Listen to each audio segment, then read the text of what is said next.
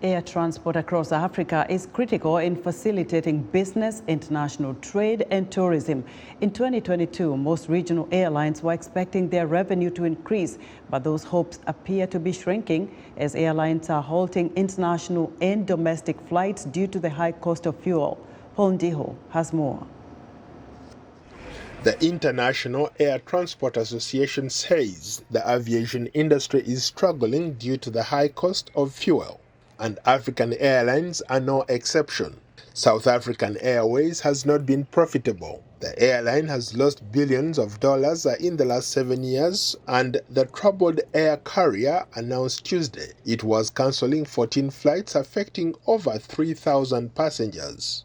The Airports Company of South Africa says it's working to rectify the fuel shortage at the Oliver Tambo International Airport in Johannesburg. The airport receives its fuel supply via rail, and the rail system has sustained major damage due to the recent flooding in Durban, and it has just over 3 days of fuel left.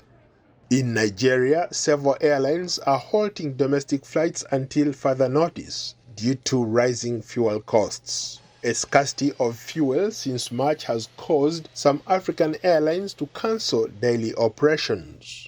The global jet fuel prices have soared after Russia's invasion of Ukraine triggered a surge in the crude oil market, hitting airlines and passengers with steeper increases. Airline passengers in Nigeria pay for fares in the naira, which has weakened sharply due to devaluations. Suppliers are paying for fuel in US dollars, a scarce currency in Nigeria. Nigeria's aviation ministry says it's concerned about the difficulties and the spurring airfares due to jet fuel costs. Still, it appealed to the airlines to consider the effects of a shutdown on travelers at home and abroad.